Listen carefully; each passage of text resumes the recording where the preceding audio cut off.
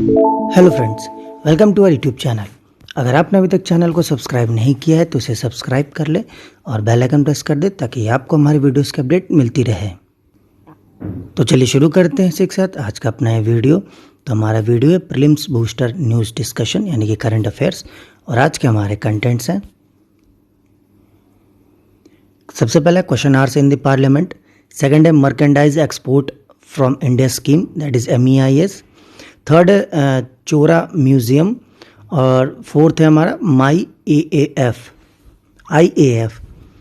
तो चलिए शुरू करते हैं। सबसे पहला टॉपिक हमारा question hour in the parliament. देखते हैं क्या था इसमें करंट में।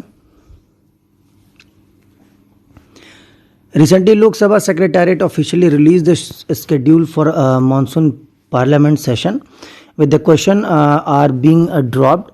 0 hour will also be restricted in both the house.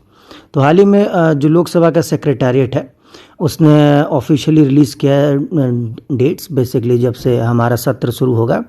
लेकिन उसमें दो तरह के बदलाव हैं। पहला तो क्वेश्चन आवर को हटा दिया गया है, जिसमें पार्लियामेंटेरियंस जो अदर MPs थे वो जरूरी सवाल पूछते थे इमीडिएट मैटर के, और वहीं जो 0 आवर है वो भी रिस्ट्रिक्टेड कर दिया गया है, यानी कि वो भी मतलब ओपनली फ्री सबके लिए नहीं है, इस पर भी कुछ रिस्ट्रिक्शंस लगाए गए हैं। तो चलिए देखते हैं इसमें about the question hour. Question hour है क्या? It is the liveliest hour in the parliament. During this hour that MPs ask question from ministers and hold them accountable for the functioning of their ministry. तो जैसा कि मैंने बताया question our बहुत ही parliament में जो हमारा संसदीय कार्रवाई है उसमें काफ़ी महत्व रखता है, क्योंकि इसी वक्त में जो भी MPs होते हैं, अदर पार्लियामेंटेरियंस होते हैं, वो मिनिस्टर से सवाल पूछते हैं और फिर जो भी उनके फंक्शनिंग है उसके लिए अकाउंटेबल बताते हैं। नेक्स्ट है the question that MPs ask are design to elicit information and trigger a suitable action by the ministries. तो जो भी MPs द्वारा क्वेश्चन पूछे जाते हैं उनको उस इंफॉर्मेशन जो भी होते हैं उसकी मदद से मिनिस्ट्रीज अपने काम करती हैं। कहने का मतलब कि जब तक आप क्वेश्चन पूछेंगे तो मिनिस्ट्री उस चीज़ का जवाब देगी, फिर उसके अकॉर्डिंग वो काम होता है। नेक्स्ट है mentioned in rules of procedure. तो जो क्वेश्चन आ रहा है ये रूल्स ऑफ प्रोसीजर जो पार्लियामेंट का है उसमें मौजूद है। चलिए बढ़ते हैं अगले स्लाइड में। There are 3 kind of questions which can be put during the question hour. तो 3 तरह के सवाल होते हैं जो कि क्वेश्चन आवर के समय में पूछे जा सकते हैं।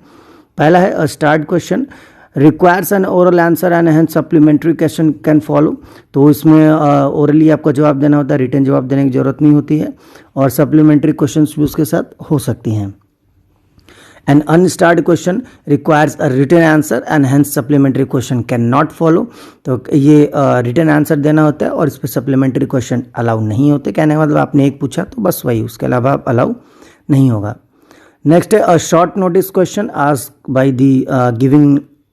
Giving a notice of a less than 10 days it is answered orally. तो ये 10 दिन पहले आपको नोटिस देना पड़ता है और जो इसका क्वेश्चन होता है तो इसका आंसर आपको ओरली देना होता है। नेक्स्ट है final authority. The presiding officer of the 2 houses are the final authority with respect to the conduct of question hour. तो जो प्रिसाइडिंग ऑफिसर होगी, दोनों हाउसेस के ऑफिसर होंगे, प्रिसाइडिंग जो भी अध्यक्ष उस समय स्पीकर बना होगा वो फाइनल अथॉरिटी होगा, और जो भी क्वेश्चन आ रहे होंगे मतलब उन्हीं के अथॉरिटी से वो फॉलो अप होगा। तो चलिए बढ़ते हैं इसी के साथ अपना अगले क्वेश्चन की तरफ।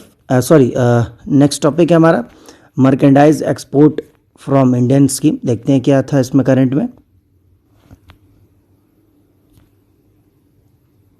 Recently, a limit has been imposed on the total rewards under the MEIS. तो एक नया लिमिट तय किया गया, एक सीमा तय की गई है MEIS में। अबाउट द MEIS ऑब्जेक्टिव सबसे पहला to enhance the export of the notified goods manufactured in a country. जो भी गुड्स एक्सपोर्ट की जा रही हैं उससे रिलेटेड है, मतलब देश में जो भी मैन्युफैक्चरिंग हो रही गुड, चूँकि नाम ही इसका है merchandise export from Indian scheme, तो ये उसी से जुड़ा हुआ है। History of the scheme has been introduced through the foreign trade policy and came into effect on April 1, 2015. तो जो स्कीम है ये फॉरेन ट्रेड पॉलिसी के अंदर 1 अप्रैल 2015 को लागू हुआ था। Implemented by ministry of commerce and industry, तो जो हमारा कॉमर्स एंड इंडस्ट्री मंत्रालय है वो उसको इम्प्लीमेंट कर रहा है। ड्यूरेशन हमारा the MIES will be applicable till the year 2020, और जो स्कीम है ये 2020 तक ही एप्लीकेबल है। चलिए बढ़ते हैं अगले स्लाइड में। नेक्स्ट है cost under the scheme over 22,000 crore per year has been allocated by the government of India for export। तो भारत सरकार द्वारा इसमें 22,000 करोड़ पर प्रतिवर्ष तय किया गया है एक्सपोर्ट के लिए। Under the MEIS a percentage of released free on a board value of the export are payable as incentive। तो इस स्कीम के तहत जो भी परसेंटेज होगा मतलब उसमें रियलाइज होगा उसको फ्री ऑन बोर्ड वैल्यू के बेसिस पे एक्सपोर्ट जो भी करेंगे उनको एक इंसेंटिव दिया जाएगा। यानी कहने का मतलब जितना ज़्यादा आप एक्सपोर्ट करेंगे तो उस पर एक वैल्यू जो भी गुड्स की होगी तो उतना आपको एक लगभग एक उसके सर्टेन अमाउंट में परसेंटेज के बेसिस पे आपको इंसेंटिव के तौर पे दिया जाएगा।